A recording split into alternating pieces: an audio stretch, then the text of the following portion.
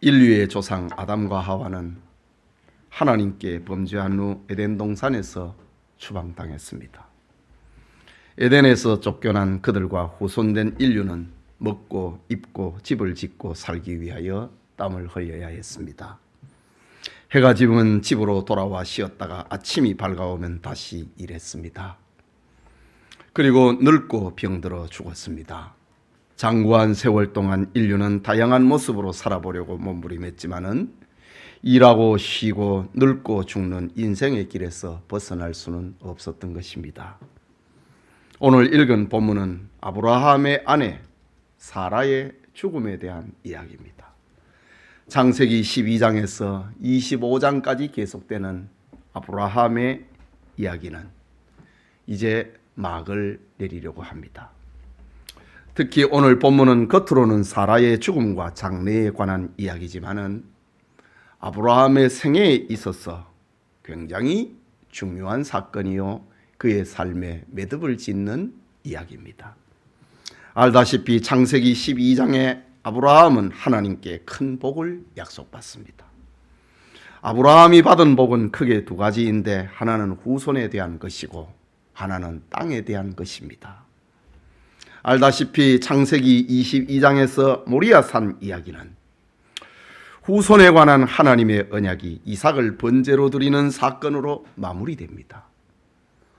내가 내 아들, 내 독자까지라도 아끼지 아니하였으니 내가 이제야 네가 하나님을 경외하는 줄 아노라. 매듭이 된 겁니다. 아브라함이 가서 그 순양을 가져다가 아들을 대신하여 번제로 드렸더라. 후손에 관한 이야기는 이제 매듭이 됐습니다. 말하자면 자식을 주겠다고 하는 하나님의 약속은 이삭의 출생과 성장 그리고 믿음과 순종으로 일단락된 것입니다. 그리고 다른 약속은 땅입니다. 오늘 본문은 사라의 죽음으로 매장지, 곧 땅을 사는 이야기가 핵심입니다. 하나님께서 아브라함에게 이삭 하나를 주심으로 네 후손을 하늘의 별처럼 만들겠다고 하십니다. 그리고 조그마한 땅 하나를 주심으로 이 넓은 땅을 너에게 주겠다고 하는 축복의 사인입니다. 이삭이 후손에 대한 축복의 사인이라면 그의 아내 사라의 죽음을 통하여서 매장지 땅을 사는 것은 땅을 주겠다고 하는 하나님의 사인인 것입니다. 그러므로 사라의 죽음과 매장지 매입은 아브라함에게 하신 언약의 완성이라고 해도 과언이 아닙니다. 그런 의미에서 매장지의 매입은 아주 중요한 하나님의 언약서에서 아주 중요한 위치를 차지하고 있는 것입니다. 이 시간 사라의 죽음이라는 제목으로 창세기 강해 계속하고자 합니다. 말씀을 듣는 우리 모두에게 하나님의 은혜가 있기를 소원합니다. 먼저 사라가 죽었습니다. 본문 1절입니다. 사라가 127세를 살았으니 이것이 곧 사라가 누린 횟수라 라고 합니다. 여러분, 성경에 이 남자가 죽은 날짜에 대해서는, 나이에 대해서는 수없이 기록을 많이 했습니다. 여자의 죽음에 대해서 그 연수를 말해주는 건 딱 한 사건입니다. 여자들의 죽음에 대해서는 그 나이가 몇 살을 살았는지에 대해서는 아무도 얘기 안 합니다. 오늘 성경에 딱 사라의 죽은 날짜, 죽은 나이만 성경은 말하고 있습니다. 그 퀴즈 가운데 하나죠. 그 이유를 찾는다고 하면은 사라는 언약의 자녀의 어머니고 모든 성도들의 믿음의 어머니였기 때문이 아니겠는가, 그렇게 추측을 해봅니다. 어쨌든 인류가 가는 길대로 아브라함이 사랑했던 여인 사라가 127살을 살다가 죽었습니다. 아브라함보다 10살 아래인 사라가 127세에 죽었습니다. 죽음에는 순서가 없는 것이지요. 이삭의 나이, 사라의 나이 90살에 이삭을 낳았으니 그때 이삭의 나이는 37살이 되는 겁니다. 죽음에는 순서가 없습니다. 고대에 장수했다고 하지만 사라의 나이 127세는 결코 작은 나이는 아닙니다. 그러나 성경에는 사람이 얼마나 살았는가 그것을 중요하게 여기지 않습니다. 사람이 어떻게 살았느냐, 무엇을 하고 살았느냐, 그것을 성경은 중요하게 여깁니다. 어떤 사람은 일찍 죽었지만은 보람있고 의미있게 살다가 죽은 사람이 있습니다. 그러나 어떤 사람은 오래 살았지만은 의미 없이 살다가 죽기도 합니다. 본문의 사라의 일생은 의미있고 보람이 있었습니다. 그렇다고 사라가 큰 일을 하거나 위대한 업적을 남긴 것은 아닙니다. 그는 보통 사람들처럼 한 남자에게 시집와서 어렵게 아이를 낳았고 그 아들을 키우며 살다가 죽었습니다. 그런데 중요한 것은 그의 삶의 의미는 아브라함과 함께 하나님의 언약을 받았고 임신이 불가능한 90세에 하나님의 특별한 은혜로 임신을 했고 아들 이삭을 낳아 장성하게 키웠다고 하는 것, 그것이 기록의 가치입니다. 이것이 사라의 가장 큰 보람이었고 그가 이 세상에 살았던 의미였습니다. 이유는 사라의 아들은 약속의 아들이고 그 아들을 통해서 먼 훗날 메시아가 태어날 것이기 때문에 사라의 일생은 가치 있는 삶을 산 것입니다. 여러분, 우리의 생애에서 가장 의미 있는 것이 무엇이라고 생각을 합니까? 그것은 하나님의 섭리와 계획 속에 엮여서 사는 것입니다. 그런 의미에서 전도서 12장 13절에는 일의 결국을 다 들었으니 하나님을 경외하고 그의 명령들을 지킬지어다. 이것이 모든 사람의 본분이니라 라고 말하고 있습니다. 그렇습니다. 사람의 가치와 보람은 하나님과 관계된 삶을 산 것입니다. 하나님을 경외하고 그의 명령을 지키는 것만이 장차 우리의 삶의 가치가 되고 보람이 된다고 하는 사실입니다.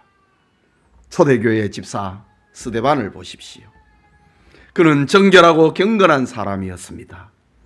사람들의 사랑과 칭찬과 존경을 받았던 사람입니다. 그러나 그의 생애의 가치는 예수님의 이름을 전하다가 순교의 피를 흘린 것이었습니다. 그는 순교할 때 사람들이 던지는 박해의 돌을 피하지 않고 다 맞습니다. 왜냐하면 그것이 그의 인생의 목적이었기 때문입니다.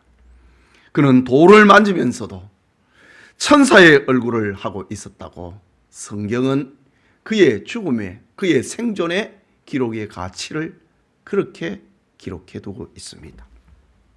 사도 바울을 보십시오. 그는 학자적 달란트가 풍성했던 사람입니다. 그는 신약 성경의 절반을 기록할 만큼 지적이고 영적인 사람이었습니다. 그러나 그는 자신의 생애를 유명한 학교에서 강의하는 학자로 살지 않았습니다. 그는 결혼하여 단란한 가정의 행복을 누려보지도 못했습니다. 그는 예수 그리스도의 이름을 전하다가 매를 맞고 감옥에 갇혔고 결국은 참수당하여 순교합니다. 그러나 바울 자신도 그 누구도 그의 인생을 실패했다고 말하는 이는 없습니다. 디모데후서 4장 7절과 8절에 나는 선한 싸움을 싸우고 나의 달려갈 길을 마치고 믿음을 지켰다. 바울 자신이 자기 생애의 가치를 성령의 조명에 의해서 나는 선한 싸움을 싸우는 삶을 살았다. 나의 달려갈 길을 달렸다. 그리고 믿음을 지켰다. 라고 고백합니다.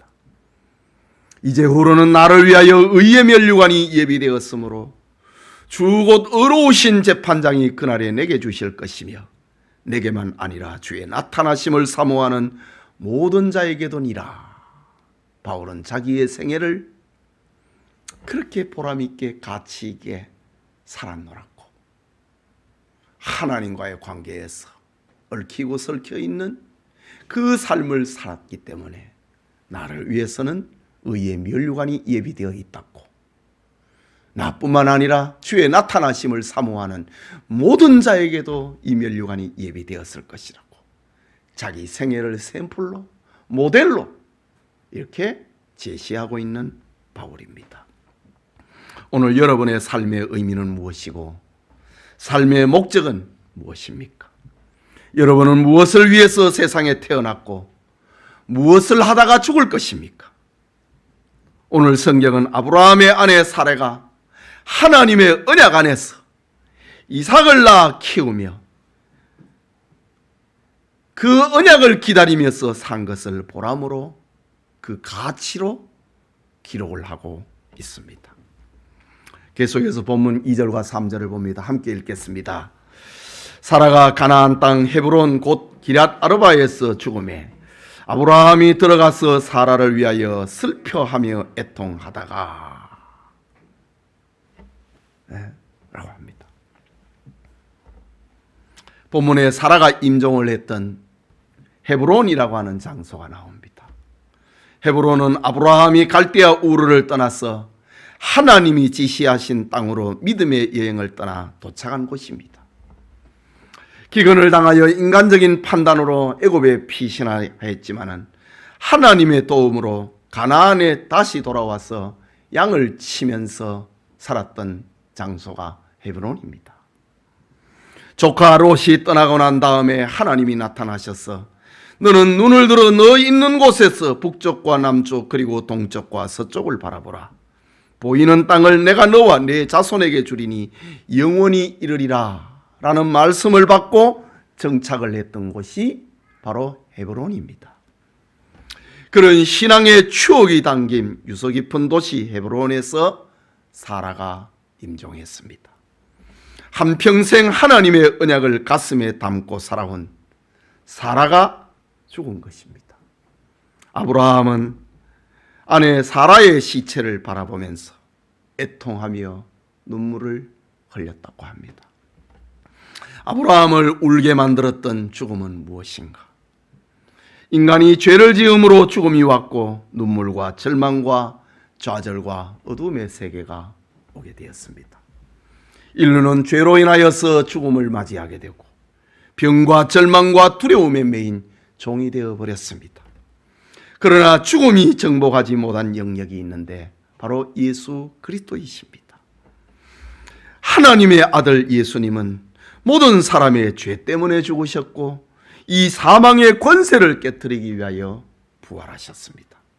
그러므로 누구든지 예수 그리스도를 믿는 자는 죽음의 권세를 이길 수 있는 것입니다. 그리고 예수님처럼 부활하는 것입니다. 하나님의 언약 안에서 사라는 살았고 언약 안에서 죽었고 장차 그 믿음대로 부활할 것입니다. 사라가 가진 언약 신앙대로 우리도 하나님의 언약 안에서 거듭나고 언약 안에서 살다가 언약 안에서 죽고 언약 안에서 부활할 것을 믿으시기 바랍니다. 그게 둘째로 매장지를 매입하고 있습니다. 본문 3절과 4절을 함께 읽겠습니다. 그 시신 앞에서 일어나 나가서 해족속에게 말하여 이르되 나는 당신들 중에 나그네요 거류하는 자니 당신들 중에서 내게 매장할 소유를 주어 내가 나의 죽은 자를 내 앞에서 내어다가 장사하게 하시오 라고 합니다. 아브라함은 자기와 함께 나그네 삶을 살아온 아내가 죽은 사실에 견딜 수 없는 슬픔과 아픔이 몰려왔습니다. 그러나 아브라함은 슬피 울고만 있을 수 없었습니다. 근동 지역의 열기는 죽은 시체를 부패시키기 때문에 하루를 넘길 수 없고 그날 장례를 치러야 됩니다. 그래서 아브라함은 일어나 평소에 생각해 두었던 매장지를 구하러 땅 주인인 해쪽 속에게로 찾아갑니다. 자기의 아내가 죽었으니 매장지를 팔라고 하는 것입니다. 우리는 해쪽 속을 대하는 아브라함의 공손과 겸손함을 봅니다. 아브라함은 자신을 나그네요 그리워하는 자라고 합니다. 오늘날에도 그렇지만은 고대에서 타국에 사는 외국인들은 법적인 보호나 기득권을 갖기가 참 어려웠습니다. 그러니 자기 자신의 처지를 분명히 이해를 하고 살아야 되는 것입니다. 아브라함은 해쪽 속에게 찾아가서 나는 나그네다. 이 땅에 거류하고 있는 사람이다. 내 아내가 죽었다. 아내를 매장할 수 있는 땅을 구한다. 라고 해쪽 속에 있는 성문 앞으로 찾아갔습니다. 그러자 5절 6절에 해 사람들이 말을 합니다. 읽읍시다. 해쪽 속이 아브라함에게 대답하여 이르되 내 주여 들으소서. 당신은 우리 가운데 있는 하나님이 세우신 지도자이시니 우리 묘실 중에서 좋은 것을 택하여 당신의 죽은 자를 장사하소서. 우리 중에서 자기 묘실에 당신의 죽은 자 장사함을 금할 자가 없으리이다 라고 합니다.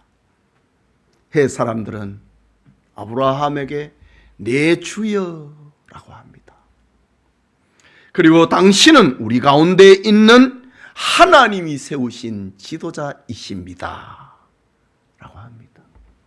이 말을 보면은 아브라함이 당시 그 주변 사람들에게 얼마나 존경과 사랑과 영향력을 발휘를 하면서 살았는가를 짐작해야 하는 말씀입니다. 내 주여, 당신은 우리 가운데서 거하는 하나님이 세우신 지도자이십니다. 가나안의 헷 부족들이 아브라함을 보고 내 주여, 당신은 우리 가운데 있는 하나님이 세우신 지도자입니다. 이렇게 칭송합니다. 우리 가운데서 당신의 아내의 매장지를 주지 않을 사람은 아무도 없습니다. 원하는 대로 구하십시오. 해 사람들은 주와 같고 자신들 중에 하나님이 세운 지도자 같은 아브라함을 위하여서 사라의 매장지를 주는 것은 당연한 것입니다. 요구하십시오. 말을 합니다. 그러나 아브라함의 생각은 달랐습니다. 자기 위치와 자기 영향력을 보면은 매장지를 그저 쓸 수 있는 자격이 있을 법도 합니다. 그럼에도 아브라함은 몸을 굽혀서 매장지를 청하고 있습니다. 계속되는 말씀 7절에서 9절까지 읽읍시다.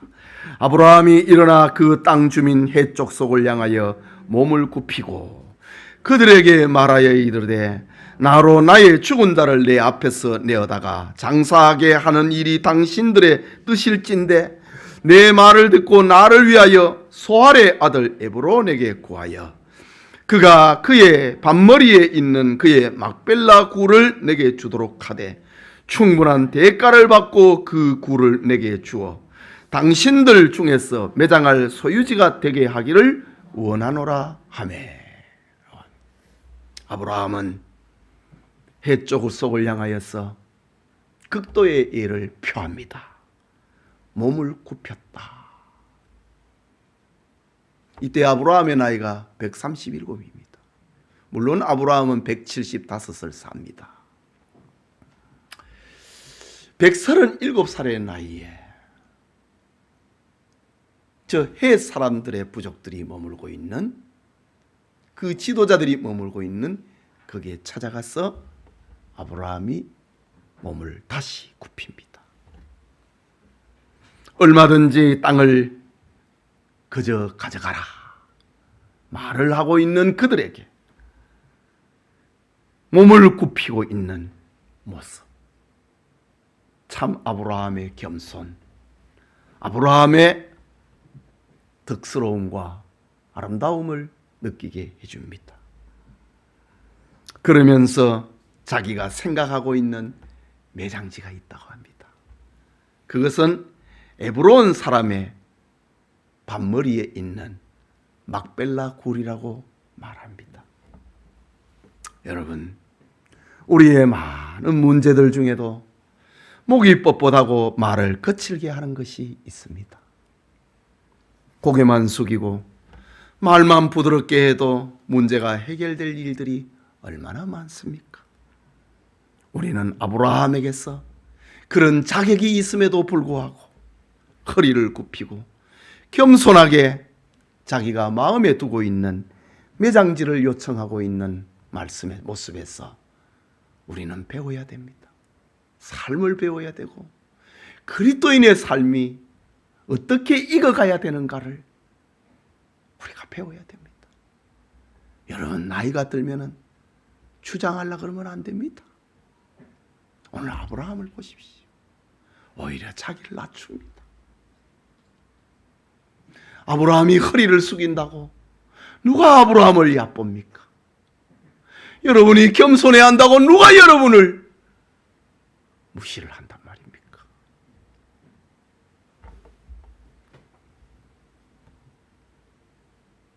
허리를 굽히고 겸손하게 자기가 마음에 두고 있는 매장지를 요청하고 있는 모습, 이것은 그리스도인들이 배워야 됩니다. 계속해서 본문 10절과 11절을 읽겠습니다. 에브론이 해쪽 속 중에 앉아있더니 그가 해쪽 속 곧 성문에 들어오는 모든 자가 듣는 데서 아브라함에게 대답하여 이르되 내 주여 그리 마시고 내 말을 들으소서.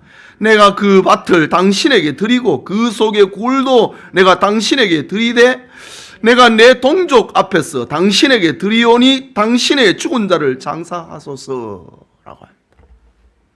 아브라함의 말을 듣고 있는 에브론은 아브라함의 아내 사라를 매장을 할 굴과 그 굴을 둘러싸고 있는 밭도 모두 드리겠다고 합니다.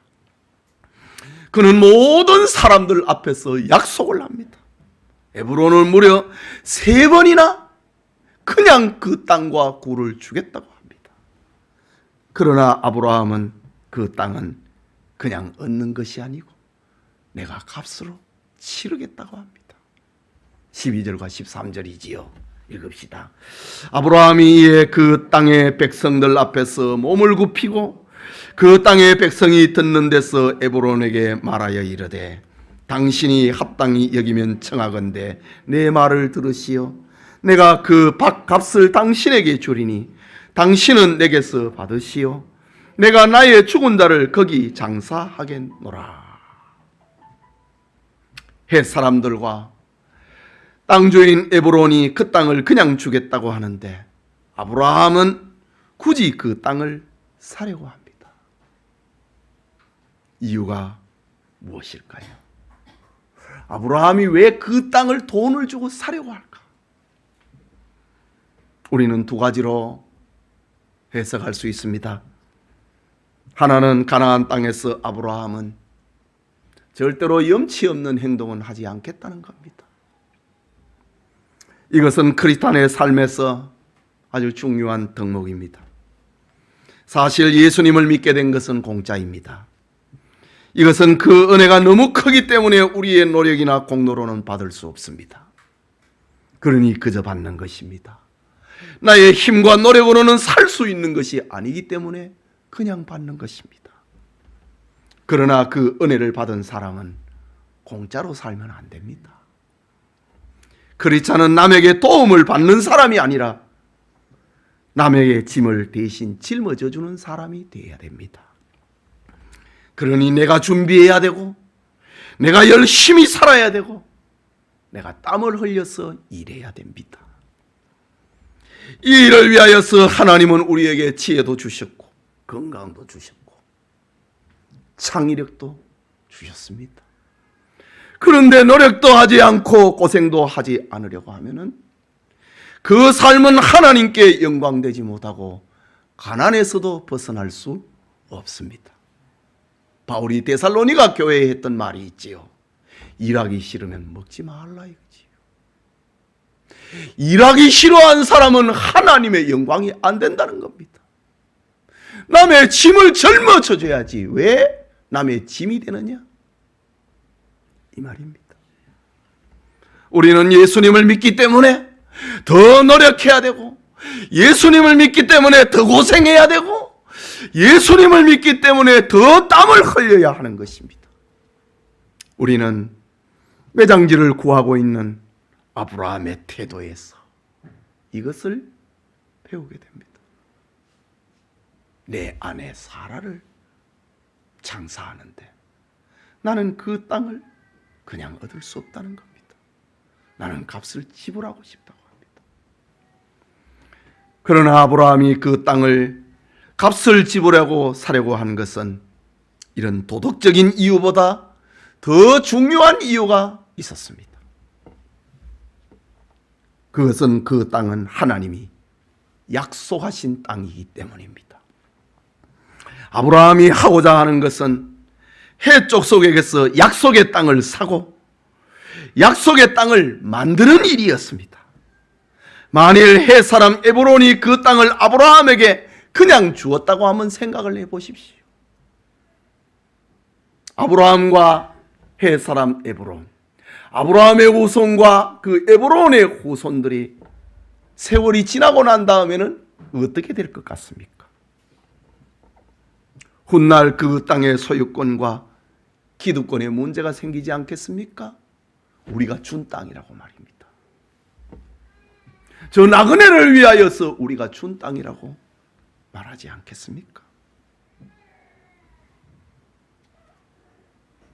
우리는 생각하기를 하나님이 그 땅을 주겠다고 약속했기 때문에 기다리면 저절로 손안에 들어올 것이라고 그렇게 생각합니다. 그러나 그렇지 않습니다. 그 땅이 하나님의 땅이라고 하면은, 그 땅을 하나님이 주신 땅이라고 하면은 그것을 내 것으로 만들기 위해서 우리가 일을 해야 됩니다. 노력하지 않고 얻어드는 것은 보람이 아닙니다. 노력하고 애쓰고 돈을 벌어서 하나님이 주신 땅으로 만들어내야 하는 겁니다. 가만히 있으면 그 땅이 저절로 들어오는 것은 하나님의 뜻이라고 할 수 없습니다. 훗날 출애굽을 한 이스라엘 백성들이 가나안을 정복을 한 것도 같은 이유입니다. 하나님의 약속을 믿고 그것을 정복하고 내 것으로 만들어내야 될 땅입니다.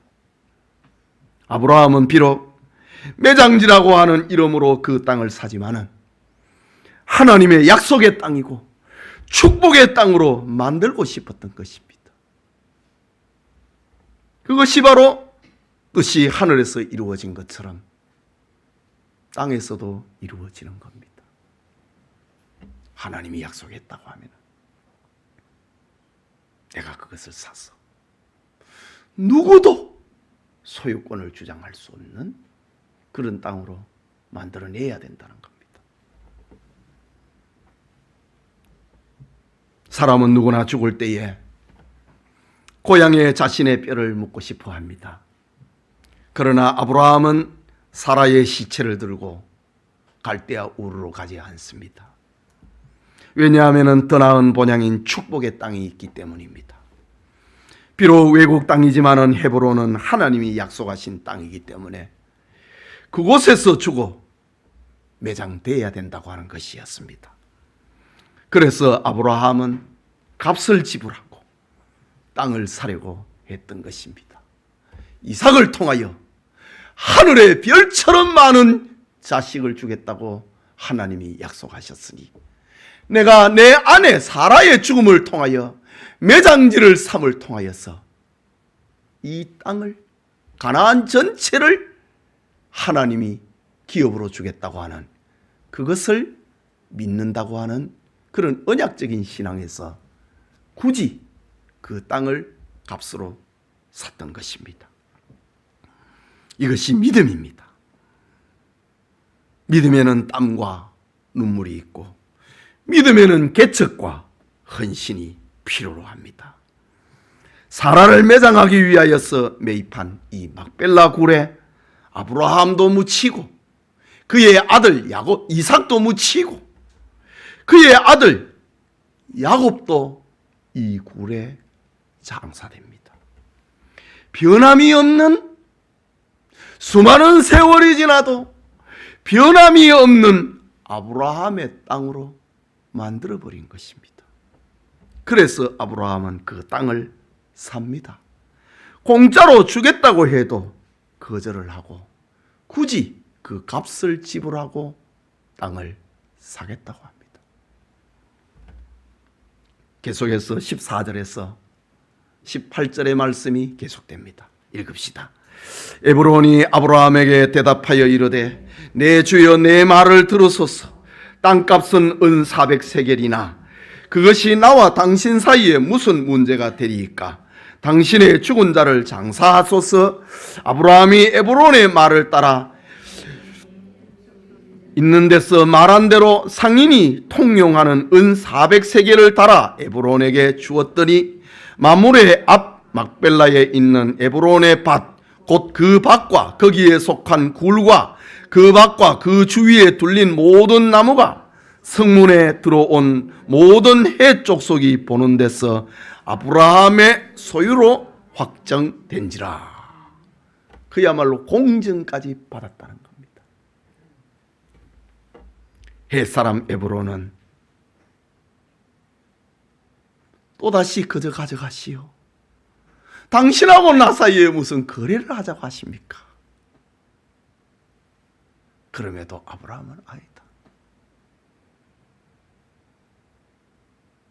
그러자 에브론은 그 땅값은 은 400세겔입니다. 얘기를 합니다. 아브라함은 당시의 상인들의 그 기준에 따라서 은 400세겔을 저울에 달아주면서 온 성의 사람들이 보는 앞에서 아브라함의 땅이다 공증을 받습니다. 이 사건은 설교의 시작에도 말씀드렸지만 아주 중요한 의미를 가지고 있습니다. 이제 아브라함은 가나안 땅에서 나그네가 아니고 소유물이 있는 주인이 됐습니다. 땅 주인이 됐습니다. 하나님께서 아브라함에게 언약하셨던 땅이 비로소 실현이 되는 첫 발을 딛게 되는 것입니다. 하나님은 아브라함에게 하늘의 별처럼 많은 자식을 약속하고 아들 하나를 주셨듯이 하나님은 아브라함에게 너 있는 곳에서 동서남북을 바라보라. 내가 이 땅을 네 자손에게 주겠다고 했는데 아브라함은 그 땅 하나를 차지하고 있는 하나님의 언약이 성취되고 있는 장면입니다. 여기서 우리가 놓쳐서는 안 될 것이 있습니다. 아브라함과 해 족속과의 합법적인 절차를 거치고 있는 사실입니다. 우리가 하나님에 관한, 나라에 관한 일이라고 해서 세상의 법을 무시한다든가 세상 사람들의 논리를 외면해서는 안 되는 겁니다. 그리스도인들은 하나님을 위한다고 하는 이유로 세상의 절차와 법규를 소홀하게 여기는 이들이 간혹 있습니다. 그것은 후에 걸림돌이 된다고 하는 것을 잊지 말아야 됩니다. 예수님은 가이사의 것은 가이사에게, 하나님의 것은 하나님께 바치라 라고 말씀하셨습니다. 마지막으로 사라를 매장한 아브라함을 봅니다. 19절에서 20절 함께 읽겠습니다. 그 후에 아브라함이 그 아내 사라를 가나안 땅 마므레 앞 막벨라 밭 굴에 장사하였더라. 마므레는 곧 헤브론이라. 이와 같이 그 밭과 거기에 속한 굴이 해 족속으로부터 아브라함이 매장할 소유지로 확정되었더라. 참, 지금 아브라함이 137살인데 75살에 부름받아갖고 지금 62년 만에 땅 하나를 얻는 겁니다. 예. 분명한 명분을 가지고 그냥 아브라함이 재물이 있다고 해서 땅을 사들이면은 이방인들로부터 원주민들로부터 경계의 대상이 되지 않겠습니까? 그런데 자기 아내가 죽었다. 고대인들은 무덤을 신성치 하지 않습니까? 아내가 죽었다. 내 매장지가 필요하다. 아내의 매장지가 필요하다. 그 누구도 이해를 하고 도와주고 싶고 이런 어떤 순리적으로 흘러가고 있는 그런 장면. 아브라함이 자식을 얻어보려고 얼마나 몸부림쳤습니까? 그러나 이 땅을 얻기 위해서는 아브라함이 그 순리를 따르고 있는 이 장면을 우리는 봅니다. 막벨라 굴과 그 땅을 산 것으로 인해서 아브라함은 이제 하나님의 약속의 땅에 깊숙이 발을 들여놓게 된 겁니다. 멀리서 보고 환영했다. 이삭을 보고 메시아 출현을 바라보았고 땅을 보고 이 가나안 전체를 후손에게 준다고 하는 걸 그거를 바라봤다는 겁니다. 우리는 세상에서 장사를 하고 기업을 경영하고 직장에 다닙니다. 그것에 무슨 의미가 있는가? 단순히 이익을 남기기 위함입니까? 그것이 하나님의 계획과 무슨 상관이 있습니까? 아브라함처럼 땅을 사고 기업을 운영을 하고 직장을 다니는 것은 하나님을 향한 비전이 있어야 됩니다. 하나님을 향한 비전 때문에 땅을 사고 집을 짓고 장례를 치르고 했다는 사실입니다. 그래야 집과 땅과 사업과 직장이 가치를 바라는 겁니다. 아브라함이 산 땅은 비록 작고 굴도 작았지만은 그 순간이 하나님의 약속이 성취가 되는 것입니다. 내가 가지고 있을 때는 집과 땅과 기업과 직장은 그냥 그것입니다. 거기에 하나님의 기름 부으실 때에 그것은 축복의 집이 되고 그것은 축복의 땅이 되고 축복의 기업이 되고 축복의 직장이 되는 것입니다. 저는 여러분의 집과 여러분의 경영하는 기업과 여러분의 직장이 아브라함이 그것처럼 아브라함이 땅에 소망을 두고 하나님의 언약을 소망을 하고 그 땅을 사냈던 것처럼 이런 의미가 우리 성도들의 가정에 기업에 직장에 자식들에게 의미가 부여되기를 소원합니다. 아브라함이 소유한 땅은 막벨라 굴밖에 없었지만은 그에게는 믿음이 있었습니다. 하나님의 약속이 있었습니다. 그는 그것을 보고 믿음을 결정을 하고 행동을 하고 씨앗을 뿌린 것입니다. 아브라함이 가나안 땅의 일부를 사는 것은 앞으로 하나님이 이 땅을 약속하신 대로 줄 것이라고 하는 그것을 믿고 준비한 것입니다. 그리고 그곳에서 아브라함의 언약의 동반자인 사라를 제일 먼저 매장합니다. 그는 이 세상이 목적이 아니라 더 나은 본향이 있었기 때문에 아브라함은 이렇게 아내 사라를 매장을 하는 굴과 그 굴을 둘러싸고 있는 밭을 소유하는 것을 가지고 그렇게 행복해 했던 것입니다. 성도 여러분, 사람이 비록 1000년을 산다 해도 하나님에게는 하루가 1000년 같고 1000년이 하루 같다는 사실을 잊지 말아야 됩니다. 아브라함이 기원전 4000년 전의 사람이니까 나흘 전의 이야기입니다. 하나님의 셈법에 따르면 4일 전의 일입니다. 하나님은 어떤 사람들이 생각하듯이 약속을 지키는데 더딘 분이 아니라 우리에게 오래 참으사 멸망하지 않고 회개에 이르기를 원하시는 분입니다. 오늘 성경은 우리에게 중요한 메시지 몇 개를 들려주고 있습니다. 첫째는 하나님의 언약은 반드시 이루어진다는 사실입니다. 아브라함은 후손과 땅에 대한 언약을 받았습니다. 긴 세월 동안 기다림을 통해서 아브라함은 후손에 대한 약속을 받아냈고, 그리고 땅을 약속을 받았습니다. 우리 역시 하나님의 언약을 믿어야 합니다. 그리고 오래 참고 기다려야 됩니다. 둘째는 평상시의 삶이 중요하다는 것을 깨달아야 됩니다. 아브라함이 하나님의 언약을 이루어가는 과정에서 평소에 해족속들과 얼마나 좋은 관계를 맺고 있었는가, 그것을 보여줍니다. 아브라함은 세상에서 주와 같은 존재였고 하나님이 세우신 지도자 같은 존재로 덕을 쌓으며 지혜를 바라며 그렇게 살았습니다. 우리 역시 평소의 삶이 중요합니다.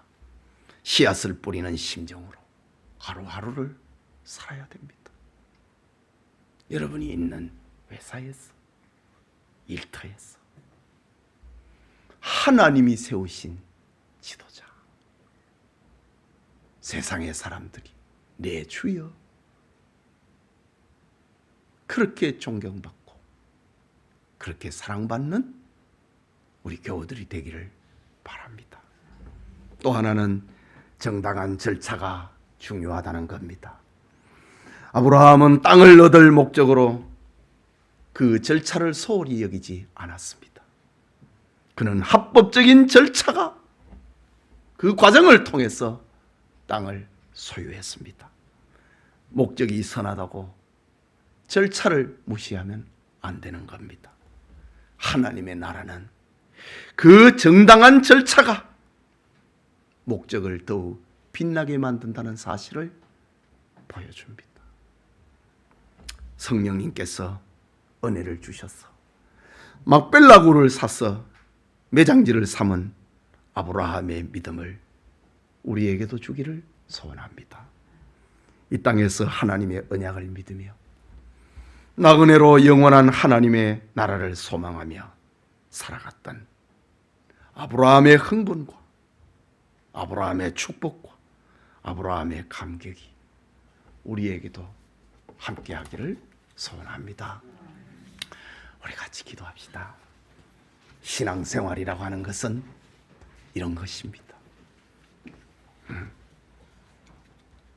하나님의 약속은 반드시 이루어진다.